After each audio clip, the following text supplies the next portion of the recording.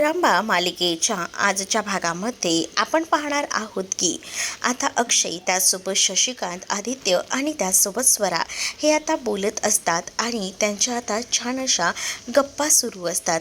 म्हणजेच खरं तर ना, आदित्य हा सगळ्यांचे आभार मानत असतो. आज त्याला खूप छान वाटत असतं की त्याने चक्क या स्वराचा होकार मिळवलेला असतो आणि त्यामुळेच ना तो आनंद त्याच्या चेहऱ्यावर स्पष्ट दिसत असतो. तर दुसरीकडे मात्र आता स्वरा म्हणत असते, खरं तर मी तुम्हा सगळ्यांचे आभार मानते, कारण खरं तर ना मी लग्नासाठी तयार होत नव्हते, कारण मला लंडनला जायचं होतं. पण तुम्हा सगळ्यांमुळे मला हे तर कळलं की मी इथे व्यवस्थित सुखानं संसार करू शकते आणि म्हणूनच आम्ही सुद्धा लग्नाचा निर्णय घेतला आहे, असं स्वरा सांगू लागते. आणि स्वरा जेव्हा हा निर्णय घेते ना, तेव्हा शशिकांत आणि अक्षयला सुद्धा आनंद होतो.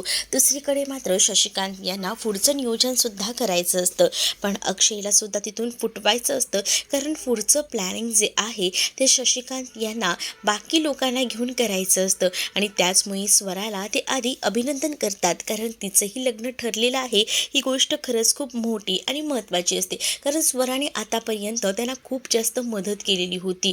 पण तरीसुद्धा आता स्वराचे ते आभार मानत असतात.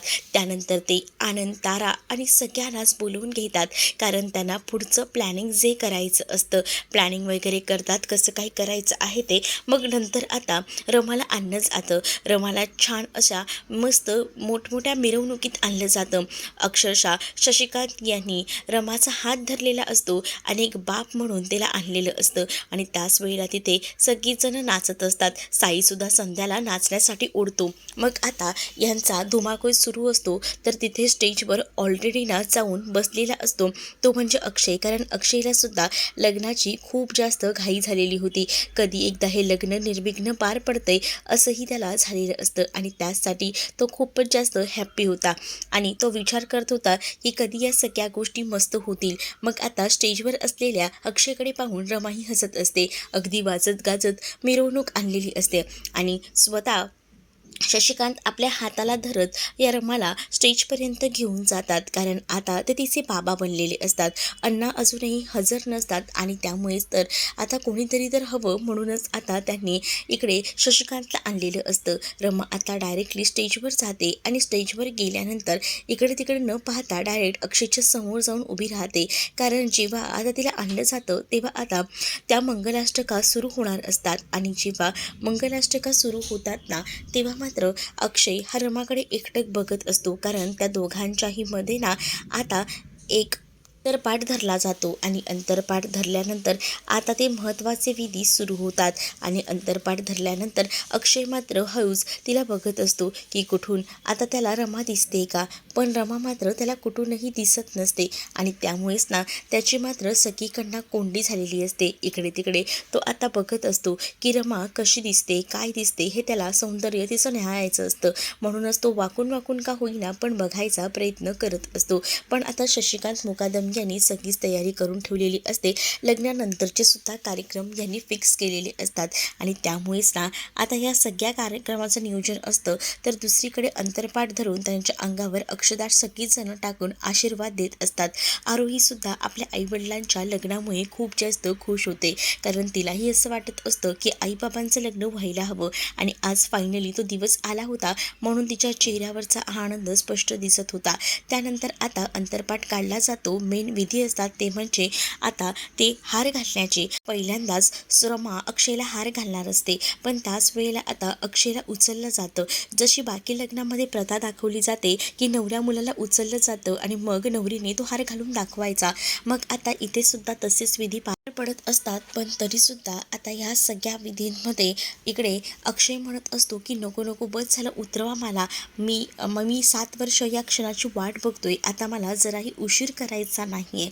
आणि असं बोलून ना आता तो सरळ उभा न राहता अगदीच खाली पाट्यावर गुडघ्यावर बसतो तो, कारण ना त्याला ना आता रमाकडनं हार घालून घ्यायचा असतो. आणि असं म्हणतात ना की बायको पुढे नवरा झुकू शकतो, अगदी तसंच आता अक्षयने केलेलं असतं आणि नवीन प्रथा सुरू केली केलेली असते ही लग्न कार्यात आता नक्कीच वापरली जाईल. जसं की अक्षय आता गुडघ्यावर बसला होता आणि रमाकडनं तो हार घालून घेतो आणि आता अक्षयने जेव्हा रमाकडून हार घालून घेतलेला होता अगदी तसंच आता रमासुद्धा अक्षयला हार घालताना कुठेही आडेवेडे घेत नाही आणि जसं अक्षयने गुडघ्यावर बसला होता तसंच रमासुद्धा गुडघ्यावर बसते आणि अक्षयकडनं आता ती हार घालून घेते. म्हणजे ती सुद्धा आता पूर्णपणे समर्पित झालेली असते. ह्याच या सगळ्याचा उद्दिष्ट असतो आणि त्यामुळेच ना आता हे सगळं काही छान होतं. आता पुढचे विधी सुरू होतात आणि त्याच विधींमध्ये आता प्रत्येक असे वेगवेगळे विधी असतात. म्हणजे आता आनंद एक भाऊ म्हणून तिथे बसलेला असतो आणि आनंदला सांगितलं जातं की आता तुम्ही तिथे या आणि आता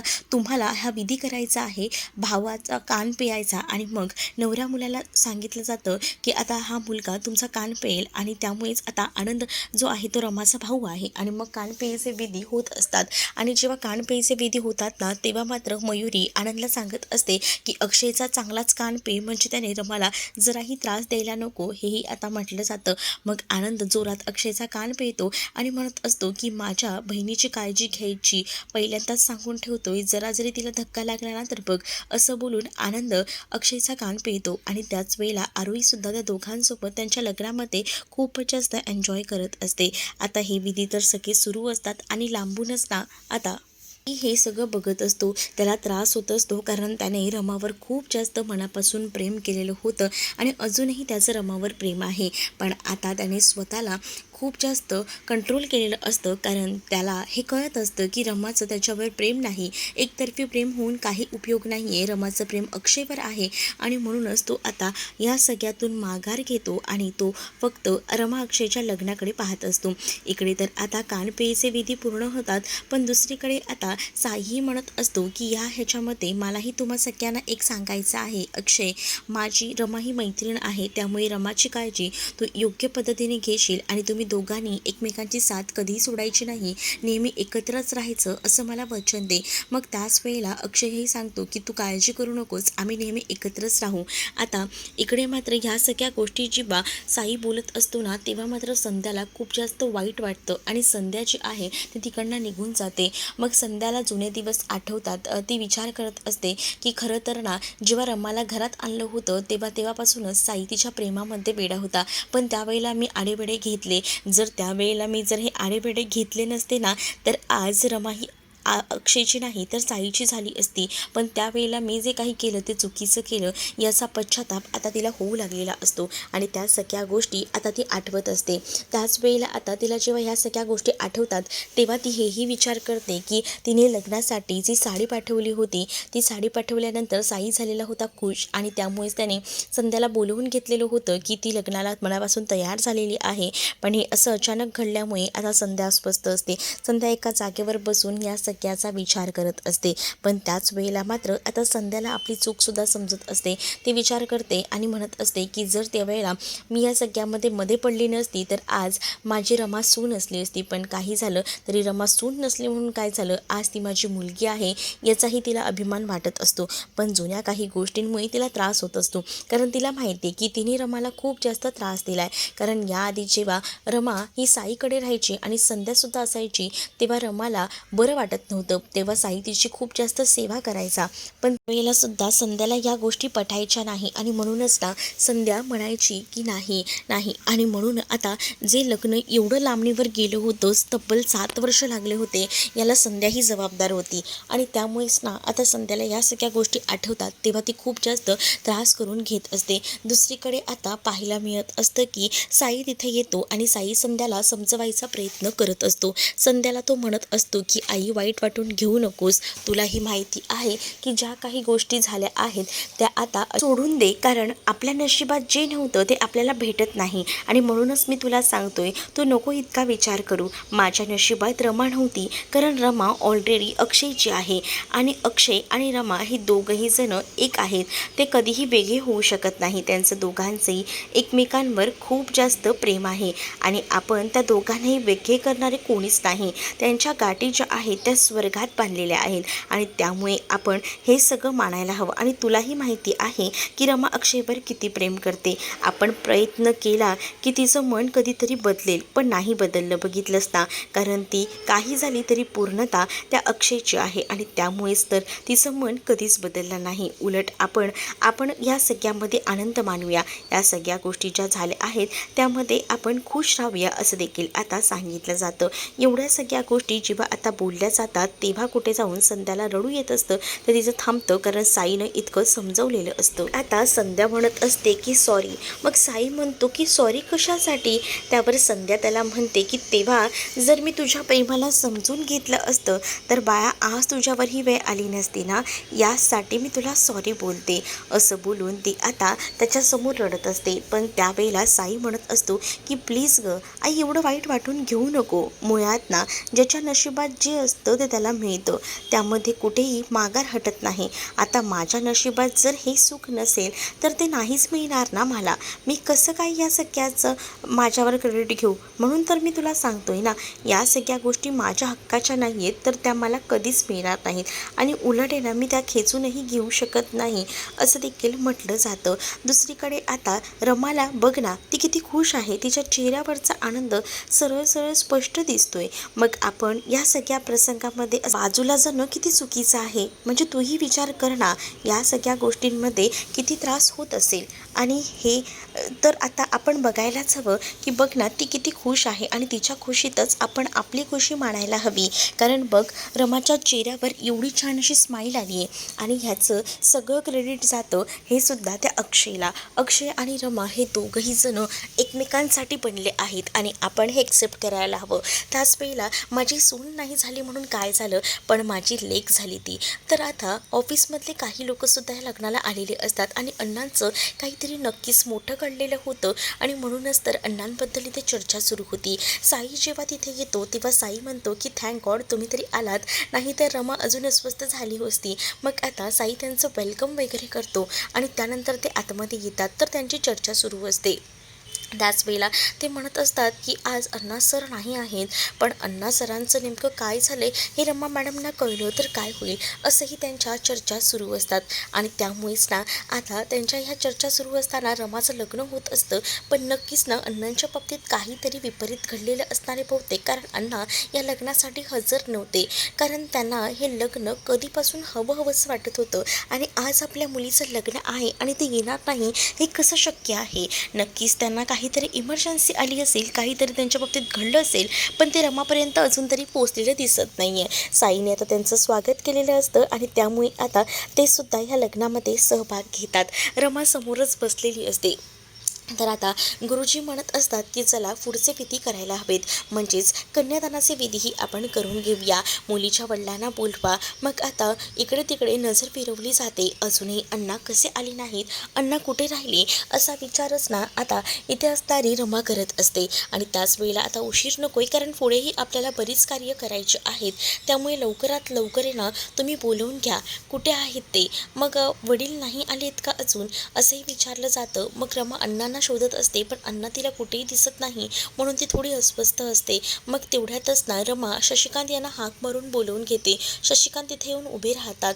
तर रमा सांगत असते की बाबा तुम्ही माझं कन्यादान कराल का. त्यावर शशिकांत एका पायावर तयार असतात. की विचार करतात की आज मला माझं एवढं मोठं पुण्याचं काम मिळते, मग या कामामध्ये मी मागे का हटू.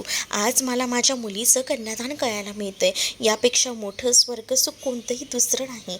आणि म्हणूनच मग आता ते कन्यादान करण्यासाठी तिथे येऊन बसतात. पाटावर बसलेले असतात ते आणि आता विधी सुरू असतात.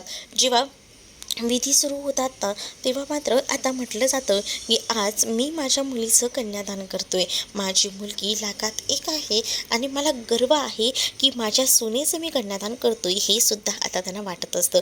आता गुरुजी एक एक करून विधी सांगत असतात. त्या पद्धतीने आता हे सगळं कार्य होत असतं. जेव्हा हे सगळं काम होत असतं तेव्हा मात्र आरोही त्याचसोबत तारा आणि बाकी सगळीच जण खूप जास्त खुश असतात. इकडे अक्षय रमाच्या कन्यादानाचे विधी सुरू असतात. कन्यादानासाठी स्वतःहून शशिकांतने पुढाकार घेतल्यामुळे अक्षयही चकित झालेला असतो आणि आता कन्यादानाचे विधी सुरू असतात.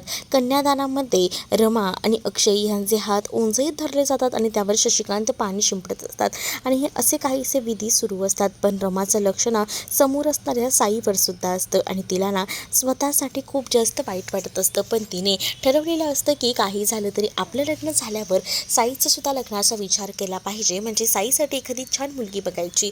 कारण एखाद्या मुलाने आपल्यावर जर प्रेम केलं असेल आणि तो जर आपल्या समोर उभा असेल आपल्या लग्नात तर किती अवघडल्यासारखं होतंय. तसंच त्या रमाचं झालेलं होतं आणि त्या साईचं सुद्धा. कारण साई इतका मनापासून रमावर प्रेम करतोय आणि आज त्याला स्वतःच्या डोळ्यानेच ते आपली जी आई आहे ती दुसऱ्याबरोबर कोणासोबत तरी ती जाते आहे ह्याचा जास्त त्रास होत असतो आणि अगदी साईला त्या सगळ्याचा त्रास होतो. पण तो चेहऱ्यावर तसं बिलकुलही दाखवत नाही. इकडे रमा अक्षय जे आहेत ना ते आता त्यांच्या लग्नाचे विधी पार पडत असतात. आता कन्यादानाचे विधी पूर्ण होतात. मग आता येतो तो विधी ज्यामध्ये मंगळसूत्र गळ्यामध्ये घालायचं असतं.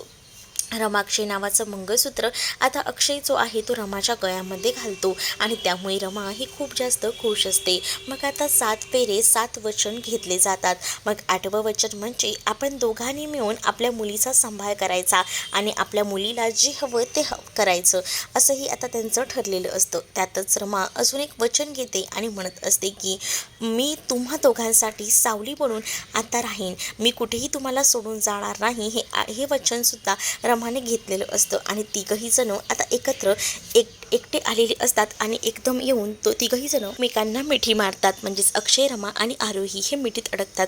तर तुम्हाला हा भाग कसा वाटला हे नक्कीच मला कमेंटमध्ये सांगा आणि अशाच नवनवीन भागांसाठी आपल्या चॅनलला सुद्धा सबस्क्राईब करायला विसरू नका. चला तर मग भेटूया पुढच्या भागामध्ये. तोपर्यंत टाटा बाय. व्हिडिओ आवडला असेल तर लाईक करायला विसरू नका.